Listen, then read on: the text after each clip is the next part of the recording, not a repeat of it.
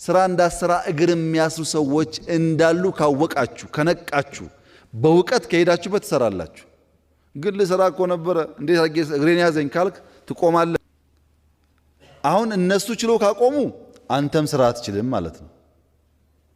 አቁመዋል እነሱ ማቆም ስራቸው ነው።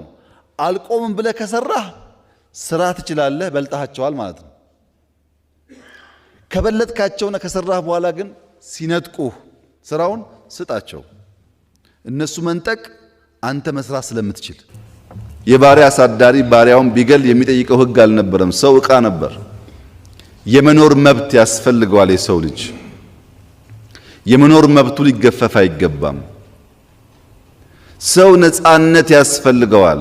ለምሳሌ የፈለከውን ማመን፣ የፈለከውን መምረጥ፣ በፈለከው ስፍራ የመንቀሳቀስ የሚባሉ ነፃነት ያስፈልገዋል። የመኖርና የነፃነት ፍላጎቱ ደግሞ ሰው በየዕለቱ ደስተኛ መሆን አለበት።